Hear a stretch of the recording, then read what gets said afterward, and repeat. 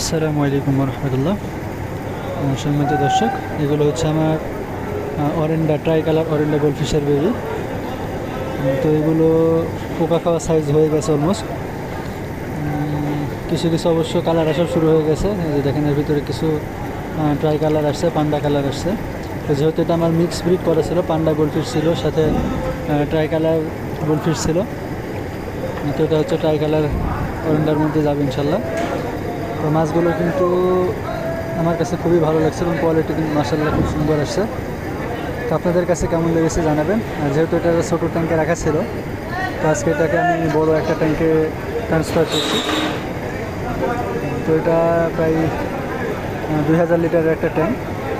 তো এটাতে আমি আজকে এগুলোকে ছাড়বো ইনশাল্লাহ। আশা করি রেজাল্ট ভালোই আসবে। আর মাছগুলো আপনাদের কাছে কেমন লেগেছে জানাবেন। আর চ্যানেলটি অবশ্যই সাবস্ক্রাইব করবেন। ধন্যবাদ।